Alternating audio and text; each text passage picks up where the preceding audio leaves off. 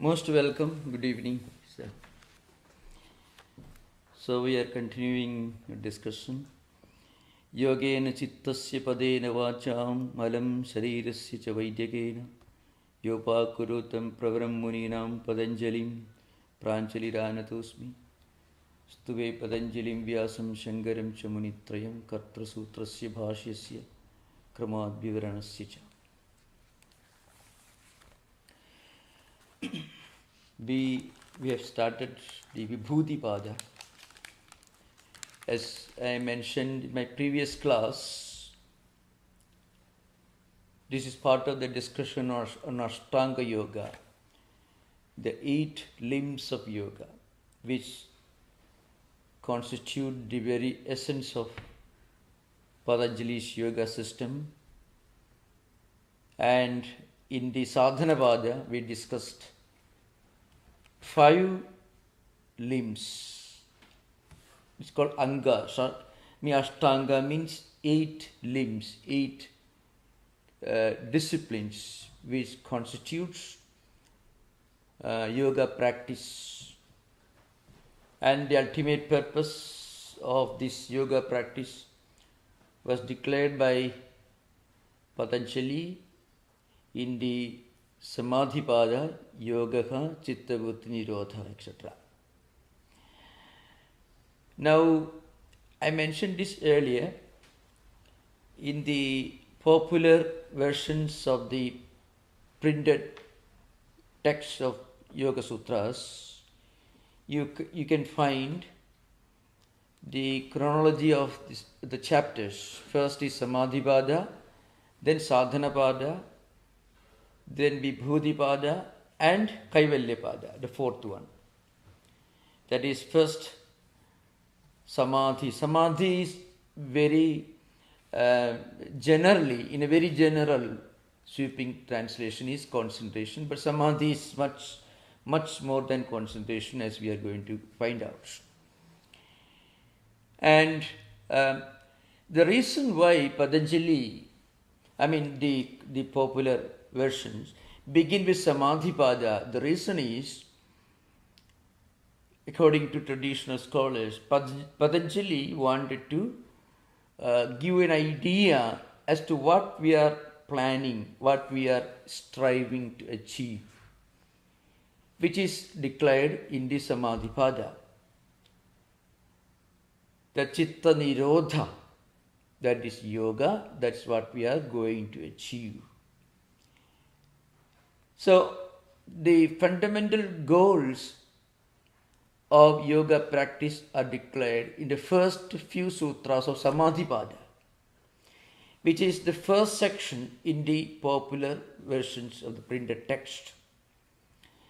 But as I mentioned at the beginning of these sessions and also the previous sessions,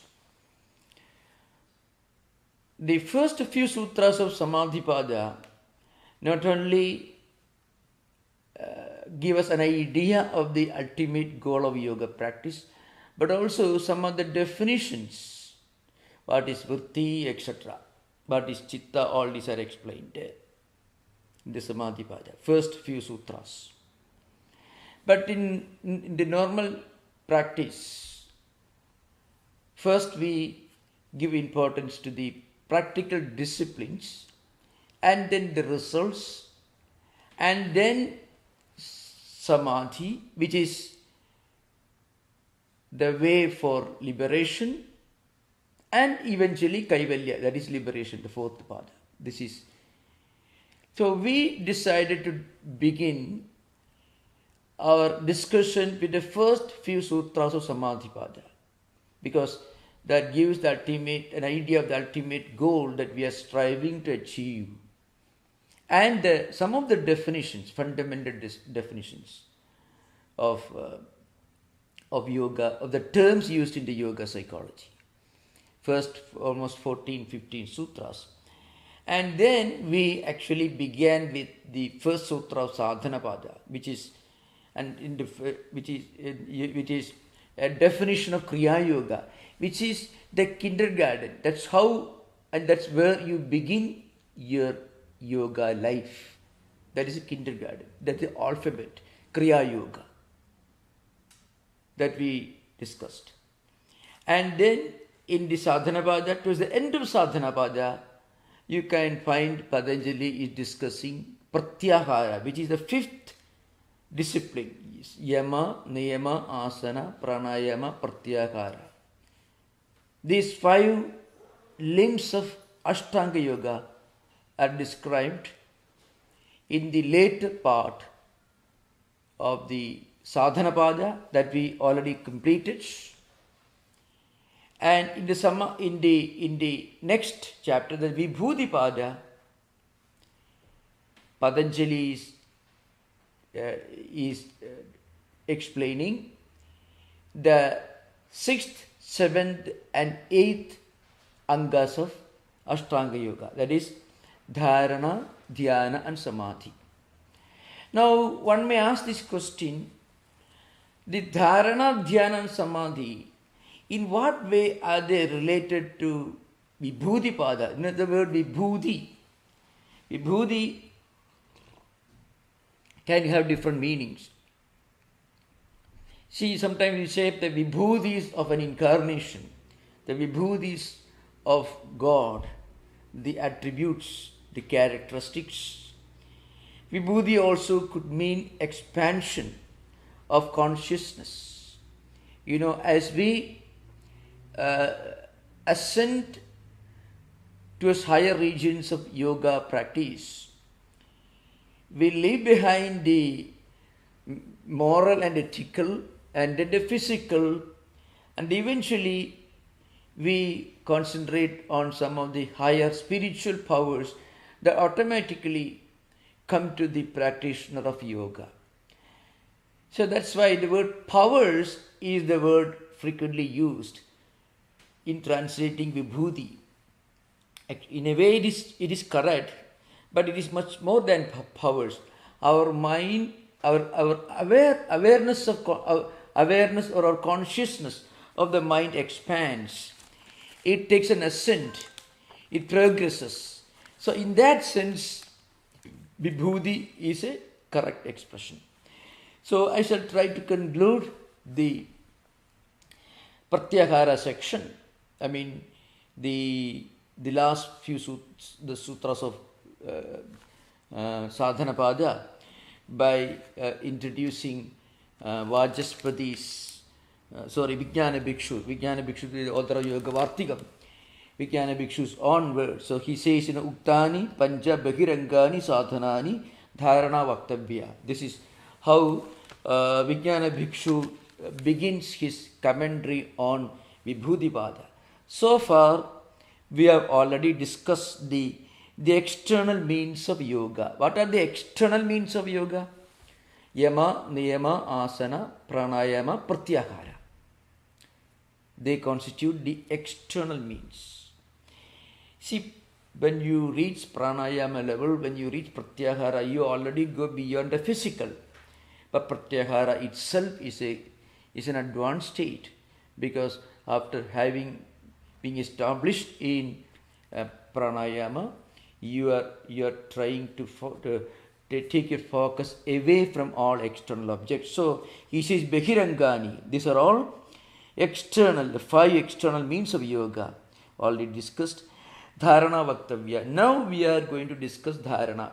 I already gave a detailed exposition of Dharana in the last class, because Dharana is much more elaborately discussed in the book that we discussed last year, that is Yoga Yajnavalkyam. Yajnavalkya's discussion of yoga with Gargi, these 2 great Vedic sages. One is Gargi is a great scholar, who was the greatest woman saint of the Vedic age. And Yajnavalkya was one of the greatest scholars and thinkers and saints of Brihadaranyaka Shukla Yajurveda tradition. So this is a discussion we already discussed elaborately. And Yoga Yajnavalkyam is, strictly speaking, it doesn't clearly follow the path of Patanjali. But in that book, there are descriptions of different yoga postures. But some of the higher teachings, some higher mystical meanings are elaborated with the help of quotations and references to other scriptures also. So now the definition of dharana is desha bandhas chittasya dharana. We already discussed. Dharana is fixing the mind in one place. Desha means in one place. So mind, chitta, is to be fixed in one place for a short time. That is dharana. When you extend that length of time, it becomes dhyana. So that's what we are going to discuss today.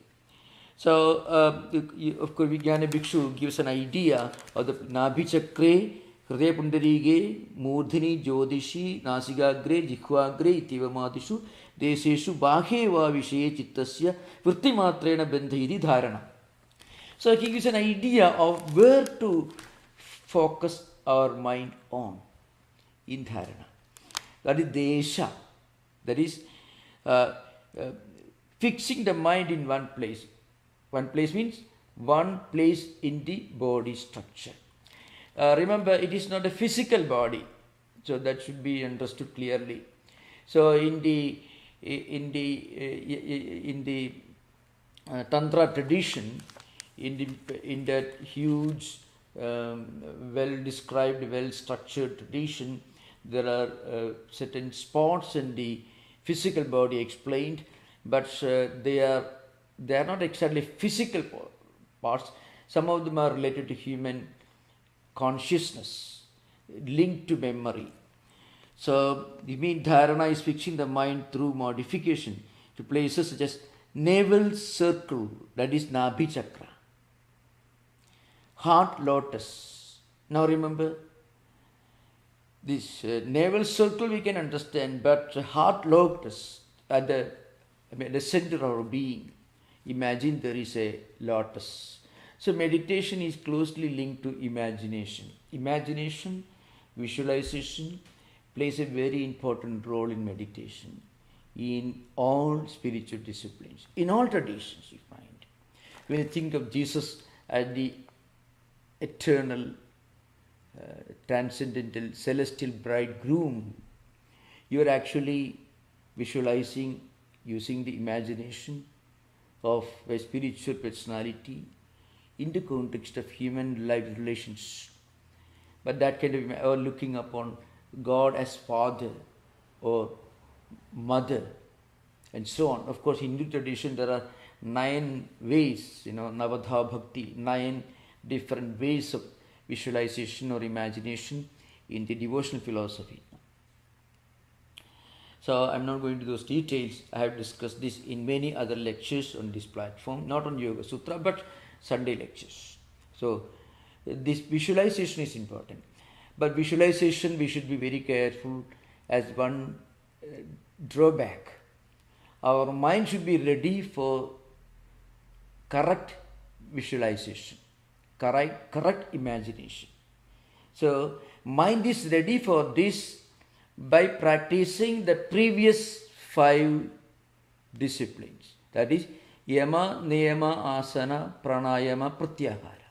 When we practice these 5 disciplines, then our mind will be able to do the correct, the proper visualization or imagination.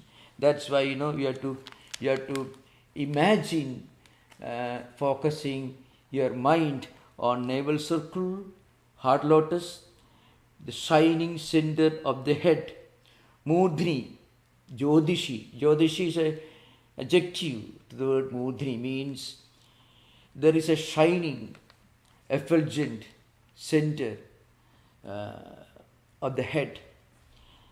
Then Nasikagre, tip of the nose, Jikhvagre, tip of the tongue, etc. Or to any external objects. These are different kinds of dharana explained in the mainstream yoga tradition. What I described earlier in the previous session from Yoga Yajnavalkyam, that is not actual, strictly speaking, this is not part of Patanjali tradition, but there is close link between the two. So many of the other books like Garuda Purana, Kurma Purana, some of the Puranic textbooks further elaborate many of these practices, which shows that these yoga practices must have existed long before Patanjali wrote these sutras. Because the methods that Patanjali only vaguely refers to in his sutra in this cryptic form, brief statements, had already been explained in books written long before Patanjali wrote Yoga Sutras. For example, I can quote one work that is from, let's say, I think, Yatha Garude. Garuda means Garuda Purana. Another well-known mythological book. Pragnabhyam hridaye va atha tridiye cha tatha urasi kanthe mukhe nasigagre netra bhru madhye murdhasu kinjittasmat parasmimscha dharana dashakirtidaha. So 10 types of dharanas are explained in the Garuda Purana. So you can imagine how extensive the yoga literature must have been. Not so well structured or well defined or well organized, but scattered in so many other much larger mythological books which existed long before Patanjali wrote these sutras. What this means is, according to Garuda Purana, dharana. How do you do dharana? Navel region, on the heart, and then on the chest region, on the throat, on the tip of the tongue, on the tip of the nose, on the eyes, on the region between the eyebrows, on the head, and on somewhere beyond that also. This concentration is mentioned as 10. So 10 types of dharana is explained in Garuda Purana, not in Patanjali's book. Not even the mainstream commentaries, but commentators like Vijnana Bhikshu quotes all these verses from books, as I mentioned, written long before Patanjali. So that is the extensive range of literature on subjects that Patanjali only vaguely refers to in his sutras. After that, of course, we have the next sutra that is a description or a definition of dhyanam. And that is tatra pratyaya ekadanada dhyanam. That is the definition. Tatra. Tatra here means after having practiced all these 5 disciplines, yama, niyama, asana, pranayama, pratyahara, then after having practiced dharana, which means focusing, concentrating, or doing one pointed attention. What we do, this kind of the expansion of the level of consciousness. We do dharana, that is focusing for some time in one place. Any of the 10 regions that we already discussed just now is called 10 places are mentioned. So desha bandhas chittasya dharana. Desha means place. 10 spots like navel circle or the hridaya, heart lotus, or between the eyes, on the top of the head, and so on. We've already discussed. After having done that, what should we do? We should be able to automatically stretch that focus, that attention for a longer time. Then it becomes dhyana. So dharana automatically extends to dhyana. Dhyana means meditation is the popular translation of the word dhyana, and concentration is the popular word used to translate Dharana. But dharana, sometimes if it depends upon what we mean by this English translation, by this word. If by concentration you mean focusing, giving one-pointed attention to one spot for a short time, then, and if you call it concentration, then concentration can be a correct translation to the word dharana. But if you mean extended concentration, then you should understand that dharana is not extended concentration. It is concentration, one-pointed attention for a limited amount of time. In many books, sometimes 12 seconds are mentioned, and of course, this is a matter of one's own ability. Now, one important point to remember is the dharana will be possible only if a person has already practiced yama, niyama, asana, pranayama, pratyahara.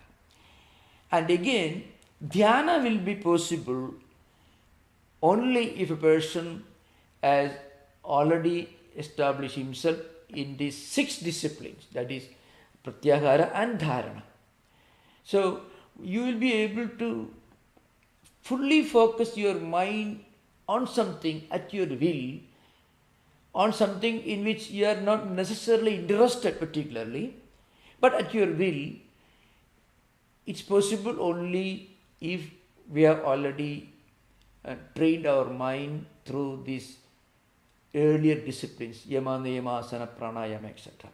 We may be able to focus on mind on something in which you have a natural interest.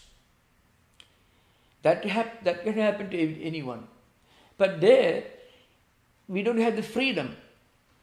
See, you may be able to, anyone who is interested in football or soccer, whatever you may call it, you'll be able to watch a game for a long time with great interest, forgetting everything else.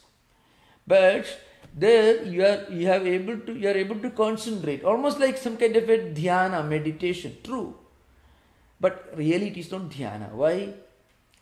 Dharana, dhyana are possible only in the sense in which Patanjali uses, it's possible only if we are the masters of our own chitta. And this happens when we practice pratyahara. Through pratyahara, by taking our focus or mind away from external objects, by focusing on something within us, we are achieving mastery on our own mind. So, if we can focus our mind on something that's good for our life, that's good for our spiritual life, you'll be able to do that. This is called real dharana or dhyana or refocusing. And there you are the master of your own mind. You are not the slave of your mind. If somebody is watching a TV, a movie with great concentration, it is not meditation or dharana or anything. Because the person may be a slave. If you switch off the TV, you get upset, you get worried. Your mind is, you become angry. Why? Because you are tied. There is a bondage. You are a prisoner of your own interests. So that is an important point, remember. You remember yoga according to Bhagavad Gita, Samattum Yoga Uchyate. Samattum Yoga Uchyate means Siddhya Siddhyo Samo Bhutva Samattum Yoga Uchyate. Yogastha Guru Karmani Sangam Tiktva Dhananjaya Siddhya Siddhyo Samo Bhutva Samattum Yoga Uchyate. So this yoga and that yoga apparently may be different, but at the psychological, spiritual level they are the same. Mind will be able to remain in a state of perfect equilibrium and balance only if we have freedom to accept our mind, to use our mind the way we want. So the interest or extreme infatuation to something and you are interested in it, you are able to focus on it, that doesn't show the ability to practice dharana. So that's the idea behind. Now, Another very important point is at the psychological level, practical level, if a person can practice this dharana, uh, even while doing work, even while doing great physical exertion, you will be able to practice perfect relaxation and serenity and tranquility and calmness, even the body is tired or exhausted. Because the idea of keeping the mind in a state of equilibrium helps us to avoid the mind getting tired. Body may get tired because it has to obey the rules of the five elements, but mind will remain always in a state of perfect equilibrium. So, I mean, the whole mental structure are interrelated. So, at that stage, we will be able to remain in a state of perfect equilibrium. Again, this is possible only if a person has practiced yamas and niyamas properly. Now I want to go further into this second sutra. Tatra pratyaya ekatanada dhyanam. There are certain words used here, pratyaya and ekatanada. Tatra means on the spot. Suppose you are meditating on the Hridaya Padma and on the heart lotus. This is normally used by all devotees. Actually, this is what is happening. It seems that there is a automatic connection between sincerity, devotion, and the heart. You know, even when we assert ourselves, I said so. You don't say I said so, pointing your head. I said so means you place your hand on the chest. Chest means somewhere the heart region. So you connect your own true identity with your heart region. You don't put your hand on the chest or nose or anywhere else. We assert our personality. I said so. I thought so. That means where is the I existing? The I, we somehow automatically there is this human reflex action. We identify ourselves with the center of our being. I mean the heart region. So that's one important place where one can practice dharana. Or anywhere else, of course. This is an elaborate science. I cannot go into details in the context of Patanjali Yoga Sutras. So pratyaya actually means knowledge or cognition. So pratiyate iti jnanam. So what it means here is, so when we are able to practice this continuous flow of the same cognition, the same knowledge at that place or in that region where we are doing dharana, then that dharana which is now extended, which is some kind of, ekatanada means without much effort, continuous extension of that dharana. It is called dhyanam. Because normally, this cognition of pratyaya needs three supports. Any kind of cognition, knowledge, subject and object, and the relationship between subject and object.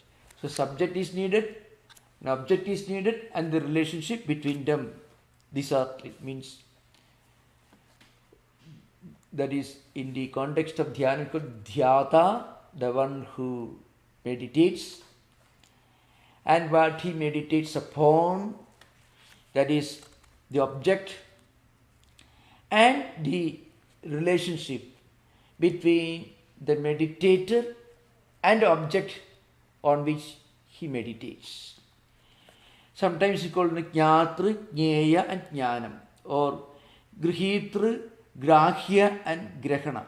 These are Sanskrit terms, but it is very important to understand these Sanskrit terms, because if somebody wants to read more advanced books in English, in many of the modern English translations use these terms, That is, the one who knows and what we know, and the relationship between the knower and the known. The one who meditates, the meditator, and the object on which he meditates, and the relationship between the meditator and objects on which he meditates.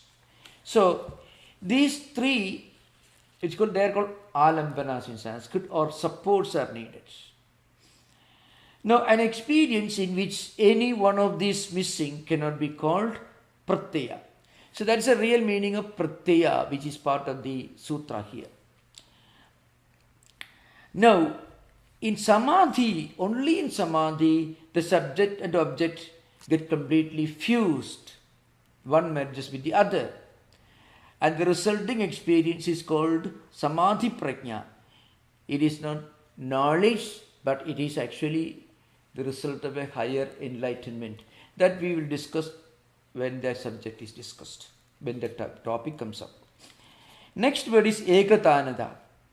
Ekatanada means concentration. Vajaspati and others interpret such as Ekangrita.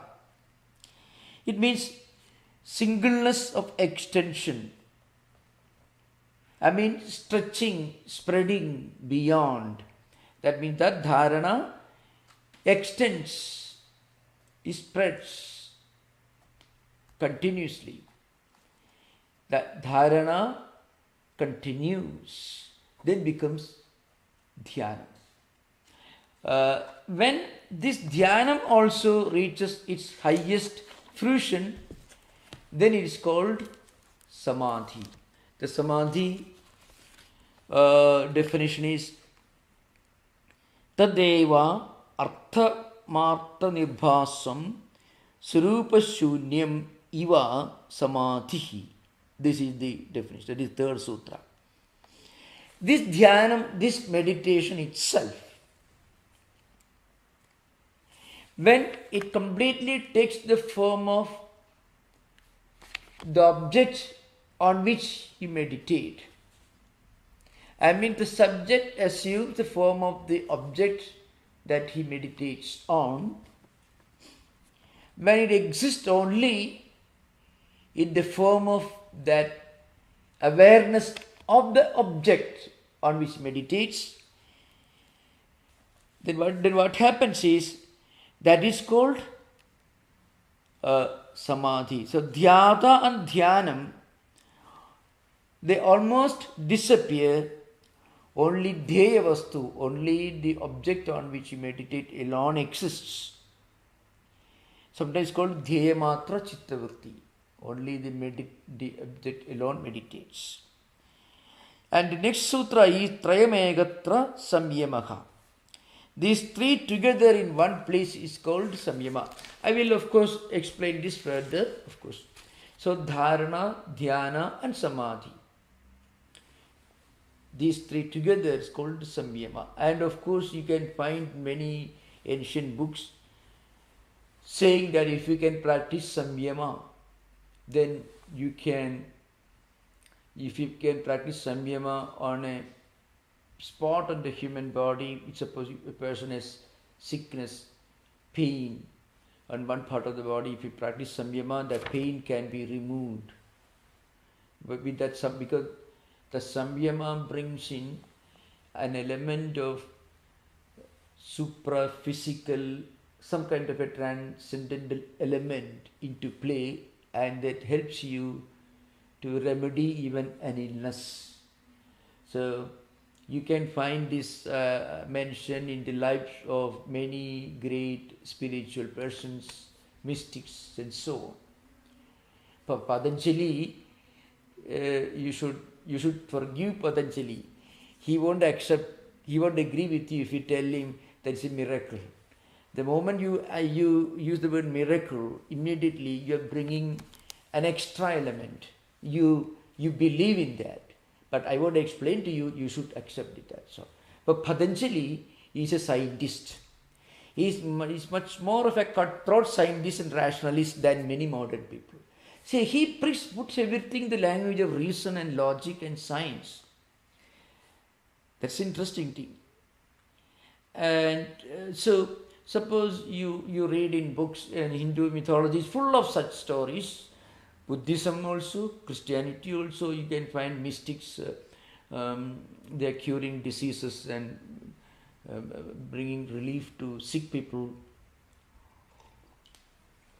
Patanjali will fully agree with you, but he will say it is Samyama.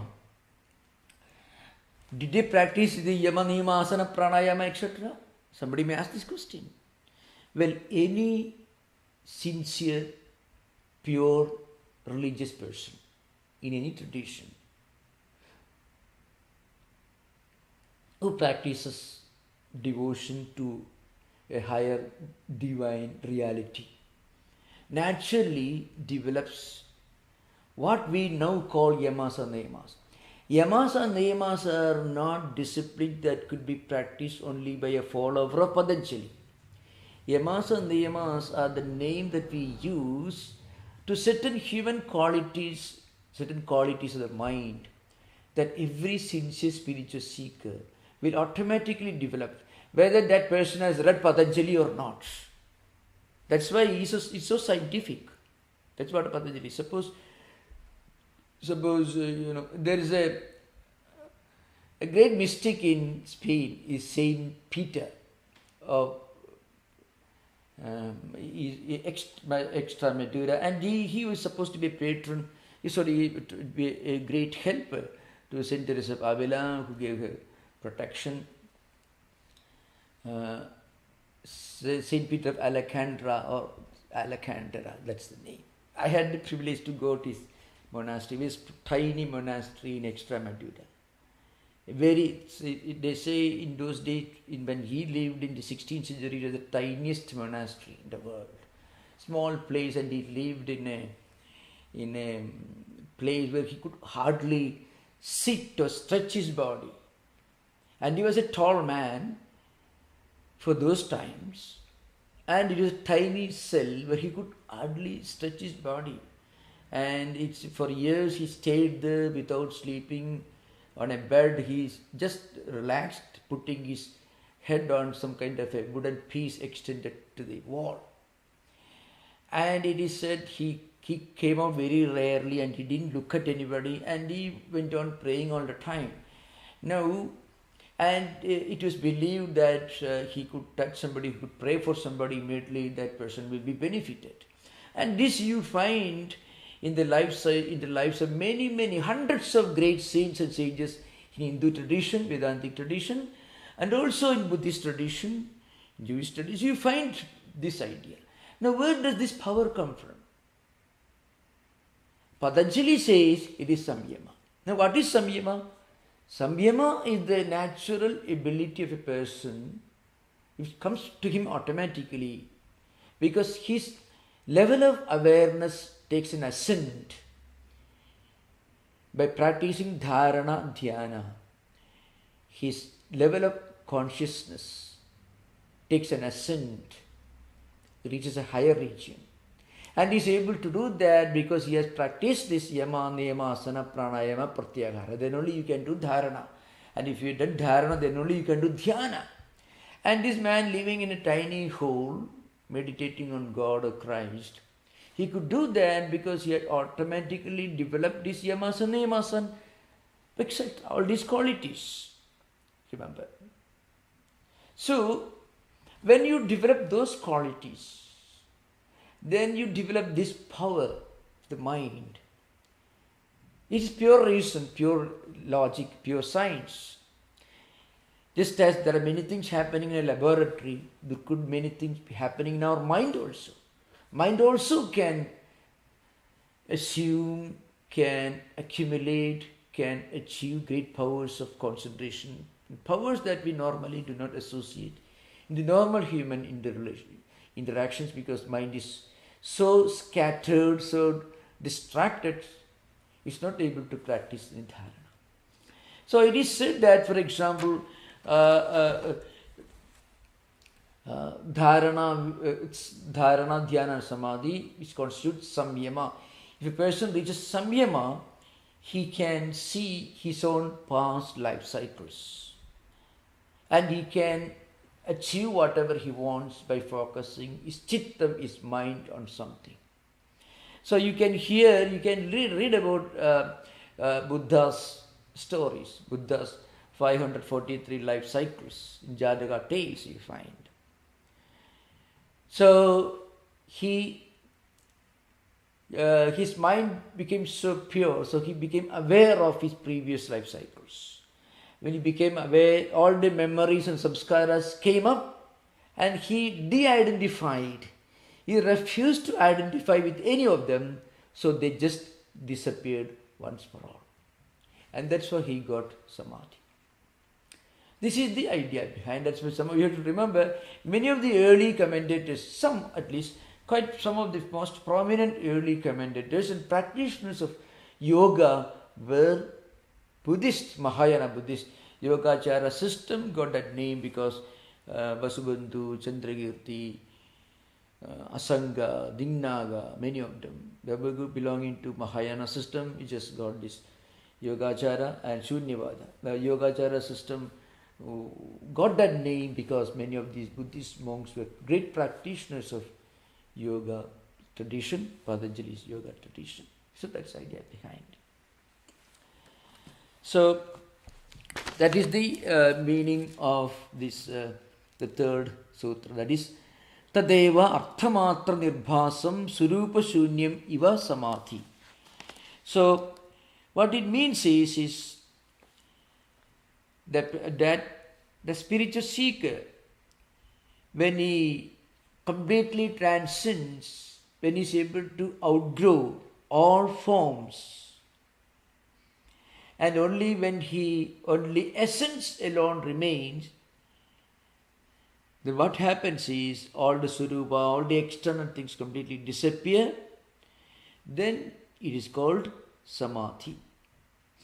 So when the mind becomes completely focused on that object, then what happens is only the essence of the object alone remains, and it is called Samadhi. So this is the idea behind, and I will discuss the other subjects, related subjects later. We can have interaction today. This subject I will discuss more elaborately on this subject later, the coming versions. You can have. Of course, before concluding, I just want to focus on another important thing. It's only for general information. It's a comparative analysis of these three states. In actual practice,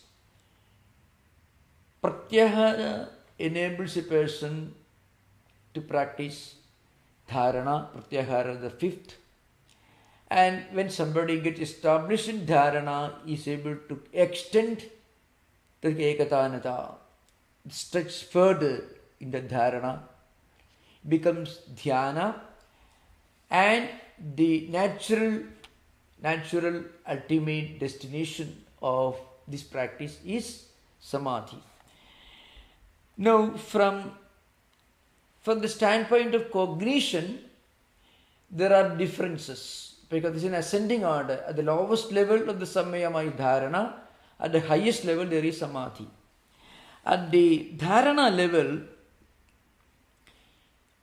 a spiritual seeker will confront contrary vrittis, conflicting vrittis in the field of consciousness. That's why he is able to focus, practice this one-pointed attention. You may call it concentration because that has become an accepted word in many circles, by translating the word dharana into English. So this concentration is possible only for a short time. Why? Because the contrary vrittis are still there. One may have already established himself in all the earlier 5 disciplines, yama, niyama, asana, pranayama and pratyahara. But still, he has some distance to travel still further. So therefore, contrary vrittis will be appearing in the field of consciousness.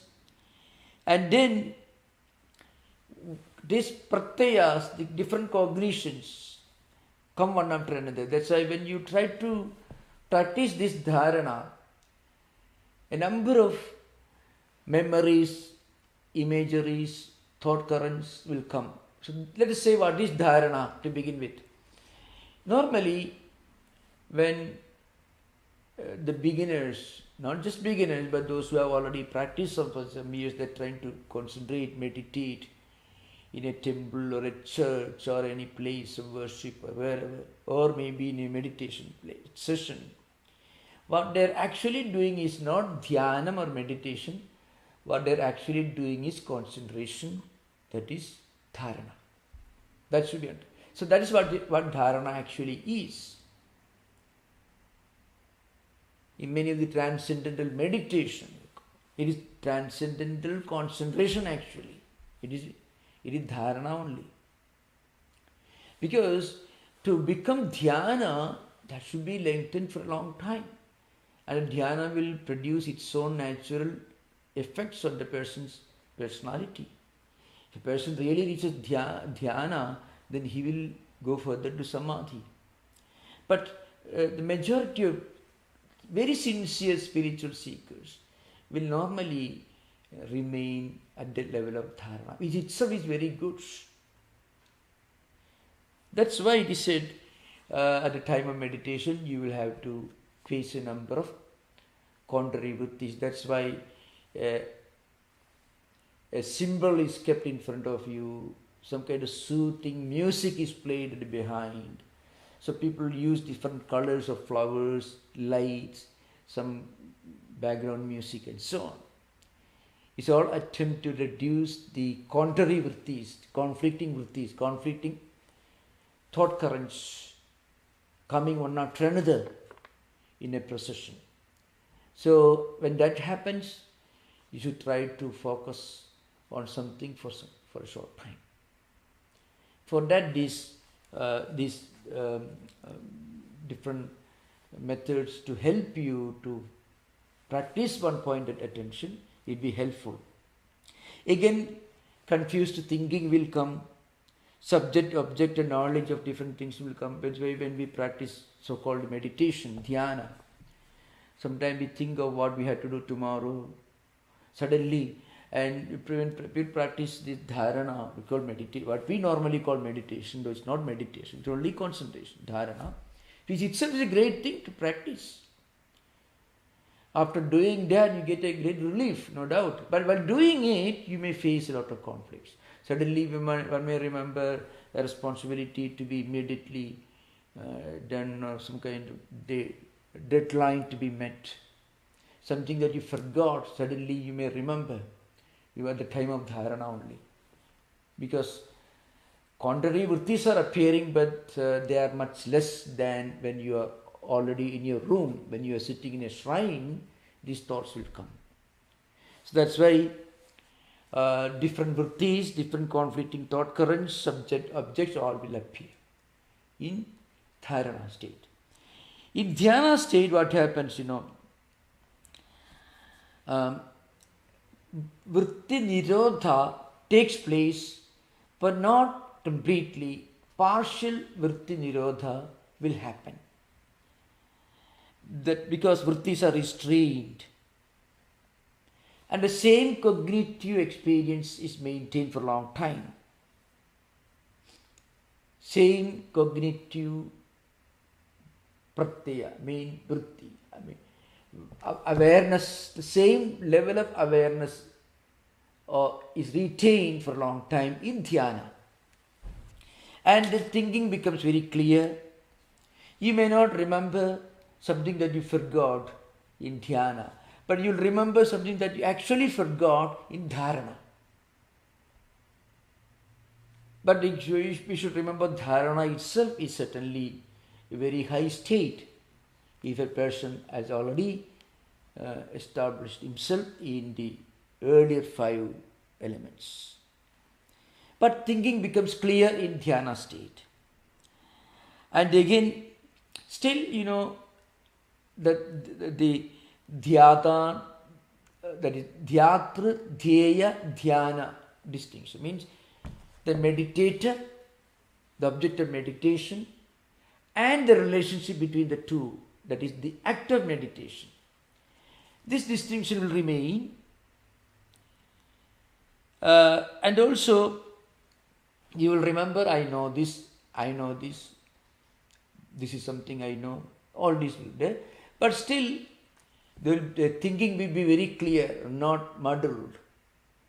Most beginners will practice this conflict at the time of meditation, which means that meditation is actually only concentration. It's not dhyanam, it's only dharana. Because conflicting thought currents coming one after another is characteristic of dharana state. That's an important thing to remember. Just like in a big lake and you want to clear up the lake, take a big stick and you stir, and many things will come up one after another. But need not be disappointed, because that's a process to clean up the lake. Similarly, if a person tries to meditate in a shrine, he says he's sitting in his room watching the TV, he was quite peaceful, calm, and absolutely no problem. When he tries to meditate, then all the problems arise. So meditation is problematic. People tell you, people criticize that. That's wrong, because that meditation is the first step towards going beyond these conflicting thought currents. So experiencing that, the vagaries of the mind, when you're sitting quiet in a meditation room, it shows that actually you're making progress. Because at that time you remember something that you forgot to do yesterday, you're supposed to do today, but you actually forgot. Now you remember. I go and write down on a piece of paper. That shows actually you're progressing. Dharana is happening. But it is not a dhyanam, that's all. Only remember. So then there is samadhi. Of course, so far as the vrittis are concerned, they are all the same. Samadhi, vritti nirodha becomes complete. Of course, different levels of samadhi, samprajnata samadhi, asamprajnata samadhi, which we will discuss in the coming chapters. So now we will have interaction. Samadhi state we will discuss later. Now we have interaction. Thank you. Namaskar. We are open for discussions. Yeah. Moshi, one question. Yeah. Earlier, some lectures back, you talked about 3 points of focus for meditation. Guru, Madhya, Nasikagre, and Vidya, Kamale. Today you extended the points to more. Nabi, Murdhani, etc. Oh, yeah. Give us some background on this. And also, last lecture you talked about some bija mantras, Lam, Ram, Yam, Vam. Yeah. I tell you, those things need not be and should not be discussed in a Zoom public class. These bija mantras and all.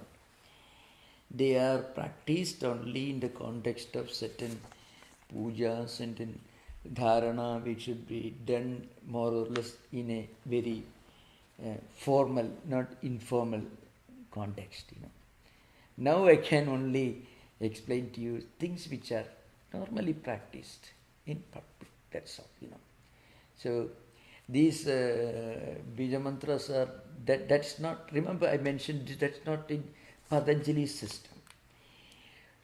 Many commentators on Patanjali's system may refer to them because they were all practitioners of Vedanta. Some of them were practitioners of Tantra. Some of them were practitioners of Buddhist meditation. So you can find. And when I quoted in the last class, I was quoting from Yoga Yajnavalkyam, which is really considered to be a book on Hatha Yoga because it elaborates many yoga postures.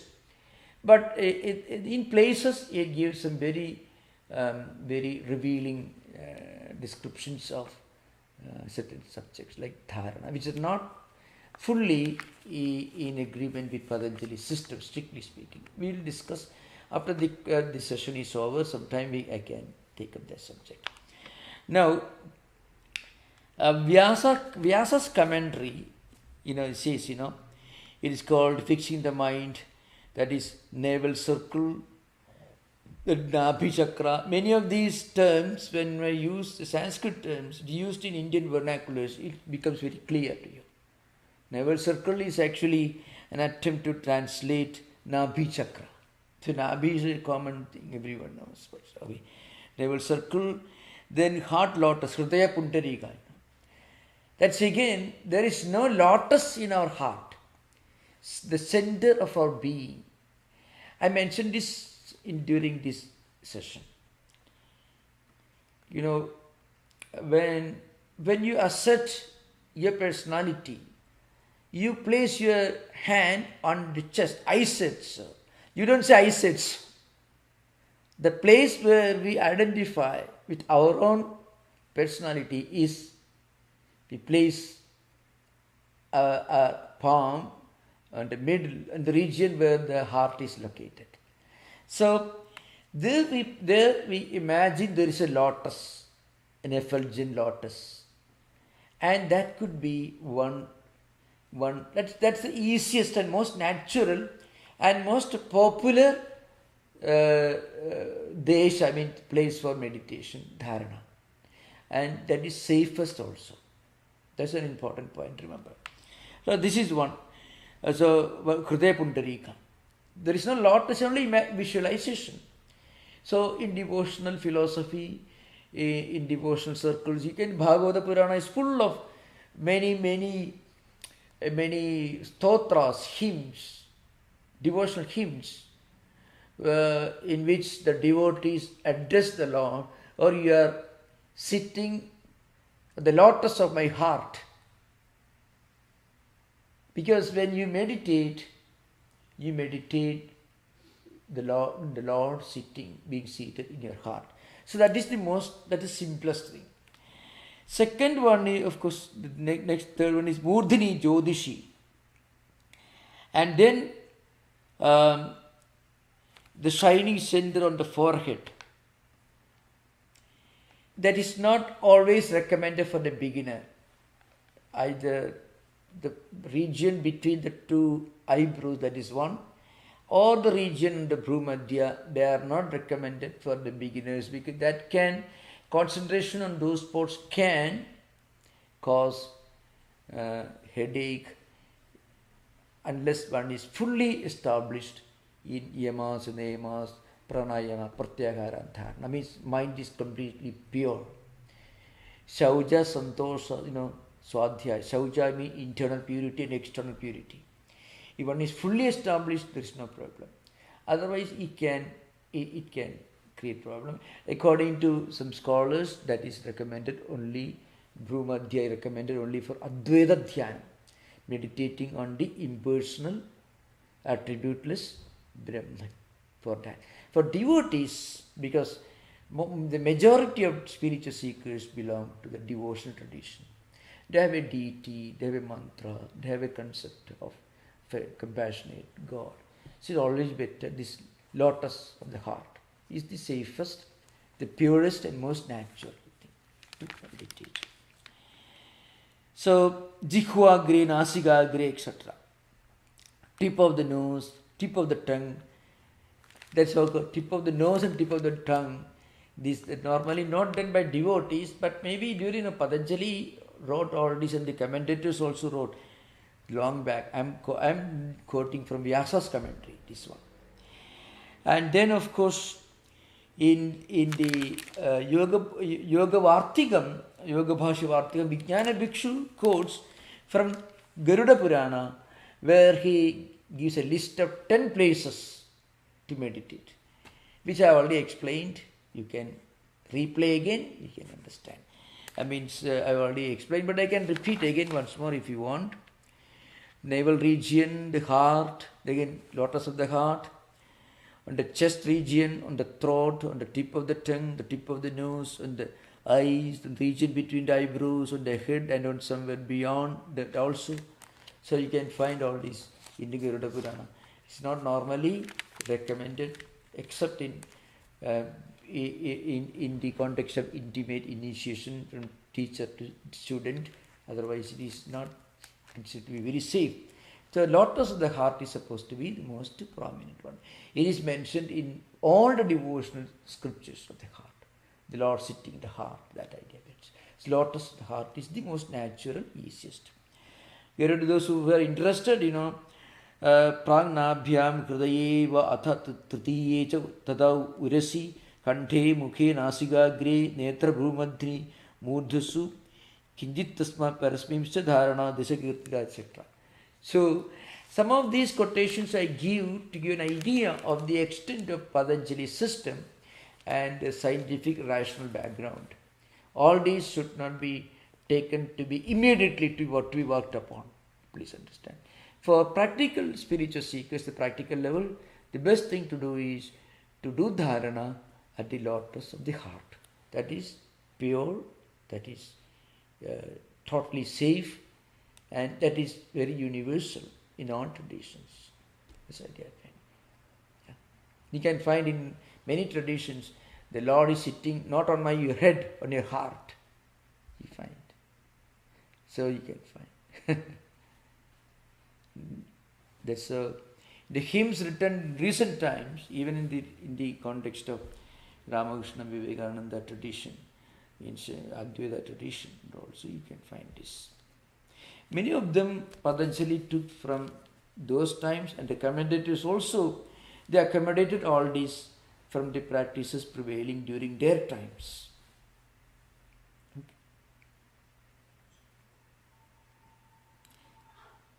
Hari Om Swamiji. Hari Om, yeah. Swamiji, so concentration and meditation, from what you were saying, I understand there are successive stages that lead on to Samadhi, right? Yeah. And so you were talking about how earlier, you were talking about how yoga philosophy is a dualistic system. How is Samadhi different in a dualistic system like yoga as compared to something in Vedanta, as compared to Samadhi in Vedanta? Yeah.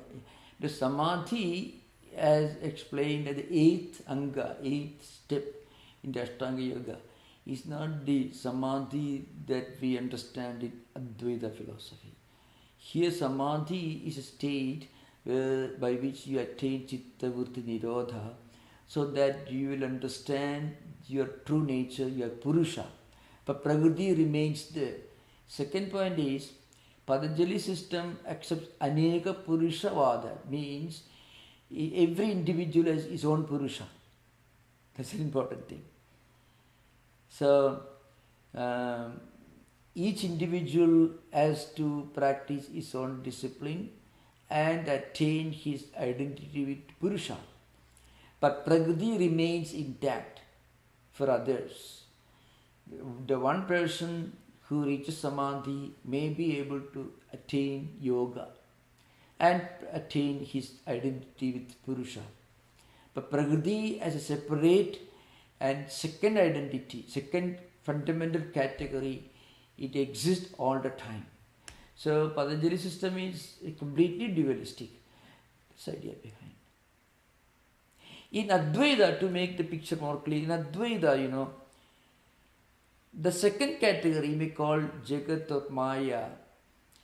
It is, it exists, it appears to be real only as long as you have not attained the highest level of awareness, enlightenment. When you reach the highest level of enlightenment, then you transcend this. Then this is understood to be a state that existed only so long as you have not reached the highest state. When you reach the highest state, you transcend this, and then you understand as a separate reality, the world doesn't exist. The world as a separate reality exists only so long as you have not attained Brahmajnanam, knowledge of Brahman. When you attain Brahmajnanam, then you understand the world that you thought to be something distinct and different and pluralistic and manifold, it has no real existence apart from the existence of Brahman. To give an example, the old example, when you mistake a rope for a snake because there is not enough light, and when you bring light, what happens, The snake doesn't run away. The rope remains the same. When you mistook the rope for the snake, it was not really the snake, it was rope only. The snake idea existed only in your mind.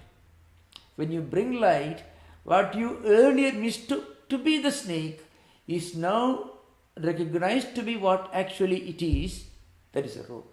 Similarly, when you get the highest spiritual experience in Advaita tradition, then you realize that the world as a separate entity that you earlier imagined to be real as different from Brahman, it actually doesn't exist as different from Brahman. So remember, Brahma Satyam, Jagat Mithya at the philosophical level, Brahma Satyam, Jagat Satyam at the experience level. That is Shankaracharya.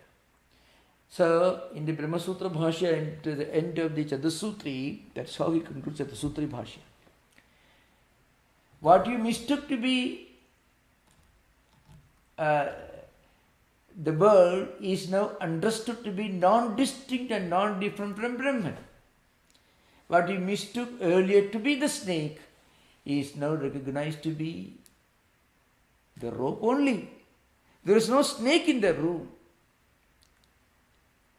Only rope existed. You mistook the rope for the snake. You cannot say the snake ran away. Similarly, you cannot say the world disappeared. To say that the world disappeared is like saying the snake ran away when you brought light. The snake did not run away. The snake idea disappeared from your mind. Similarly, the world as a separate entity, that idea goes away when you attain Brahmajnana. So this is an important point in Shankara Vedanta. People should study. People think that Shankaracharya says the world is unreal, etc. If it is something unreal, why should you worry about it? See, why should you write huge volumes to say something which is unreal? If it is really unreal, where is the need for Shankaracharya to work so hard, write all these books? The problem is, we all think the world is the only reality. And the world is real. And not only the world is only reality. And we don't understand the reality of Brahman. So we think, for the majority of people, for those who have not realized supreme truth, the world is only reality. Brahman is mithya, Brahman is unreal. For the one who runs away from the room thinking this is a cobra, and he breaks his neck actually. Later he recognizes that is only a rope. Then he means all this. Similarly, all the problems, in fact, Shankaracharya, he writes long passages how people weep and cry. I have lost my money, I have lost my home, I have lost everything. What a pity. Children are dead. My house is on fire. And so people crying and weeping and weeping. It's just like you're crying, oh, this cobra is my room, it's going to bite me, I'm going to die, I may have to go to a specialist, I'm going to go to Kaiser because the cobra will bite me. But actually when you bring light, it's not a cobra, it's only a piece of rope only. Once you realize that, then the fear goes away. Cobra doesn't run away, it's not killed. Cobra idea runs away from your mind. Like that, the world idea goes away from your mind. That's an important thing to remember. The question arises, the world is mithya, the world is unreal. Why should you make a big statement about it? You don't make a statement like this, there is no truck in my room, there is no elephant in my room. Because there cannot be an elephant in your room. Why should you write a book about it? No. But there is a possibility that people may mistake. Because every day, every minute, you are seeing this world. You are seeing, you are hearing, you are touching, and you are interacting with this changing, fleeting, momentary world, phenomenal world. You are living in it. So naturally, people will think this is the only thing that exists. Shankaracharya only tells you, remember, the world in which you are living, it is real, but only for the time being. It changes every minute, every second it changes. So, it is only relative. But behind and beyond all this, there is an eternal, unchanging, absolute reality. Once you realize this, you don't have to run away from this world. The way you look at this world will be different. You look at the world from higher perspective. That is Advaita. Okay. Thank you. Swamiji. Yeah, thank you. Thanks, Swamiji. Today you talked about Samyama, Yeah. and you also mentioned about, for example, you can use it as a technique to remove pain, and you also mentioned about how, you can look at your, past lives and dissociate, like basically by dissociation you can do that. My question is more around what are the techniques to, to try some of this, what is the step-by-step process to do that for people who don't have, vision into the past lives, etc., to dissociate? Yeah. To be very frank with you, I don't know the technique. That's the first part of the answer. Second part of the answer is this. Well, those who are sincere seekers of the higher knowledge normally won't care for this. This is an important point to remember. Anyone who gets this knowledge and makes use of this knowledge is actually heading over a precipice.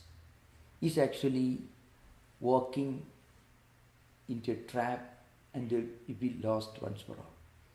So Patanjali himself warns against this. Commentators also unanimously warns against this. Great spiritual epoch makers, they not only the Yoga Sutra people, Yoga Sutra philosophers, great epoch makers, they have used what we normally call miraculous powers, supernatural powers, to get certain great things done. But they did not parade them, they did not formally make use of them for any wrong purpose. So in their natural life they may have used this, but not always with a purpose or motive or anything. That's why in Sri Ramakrishna's life, there's a story, somebody suggested to Sri Ramakrishna, why don't Sri Ramakrishna had this cancer? So great spiritual personality, they don't care for what happens to the body. They may take care of the body, but if they know that body is subject to the laws of the 5 elements, so they don't worry too much about it. So somebody suggested to Sri Ramakrishna, why don't you use your power to focus on this and you can cure this. Sri Ramakrishna immediately, he was totally displeased because he thought it is a very, very bad way of using one's spiritual powers, etc. So similarly, genuine spiritual seekers will not use this. This is an important point. But they automatically they come to them. There are statements in the Yoga Sutra, they come to you, you don't go after them, they automatically come to you. They are byproducts. So in a factory, when you manufacture the main product, along with that certain byproducts also will come. You may throw into the trash, sometimes you may sell them, but your purpose is not to produce byproducts. Nobody opens a factory and invests millions of dollars to sell byproducts. Main products only you focus on. Byproducts are part of the law of production. Like that, just as a physical level, when you exercise your body in a particular way, the body develops certain powers. It's pure logic, pure science. Similarly, the mind also develops certain powers. But they are just like byproducts. Byproducts, you may dispose of them, throw them away, or you may sell them at lower price, but you don't consider the byproducts as the supreme. Production of the byproducts is not the goal of starting a factory. Remember this. So that's why great spiritual seekers, they did not use. That's you can find in Jesus' rejection of the 3 temptations. That's in Dostoevsky's Brothers Karamazov, Ivan Karamazov's fantasy poem. The cardinal is coming, look here, why did you refuse the wise one's offer of 3 powers? And Christ didn't agree. Christ rejected the Satan's, the devil's temptations. Christ could have used his powers to impose faith on everyone. The point is, everyone should accept the faith voluntarily. Then only you will become. You cannot bribe somebody to accept a faith. That's what actually Satan wanted. But Christ refused to fall into a trap. And that's why he became great spiritual teacher. So you can find in all great glorious traditions refusal to accept the byproducts. That's an important point. Patanjali warns against this. Yeah.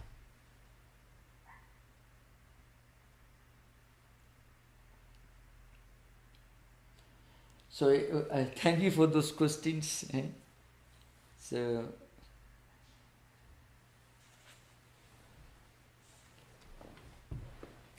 Om Shanti Shanti Shanti Harihi Om Tat Sat Sri Ramakrishna Arpanamastu.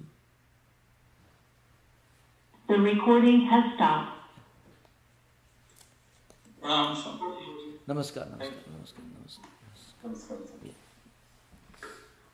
Thank you, Swamiji. Thank you. Namaskar.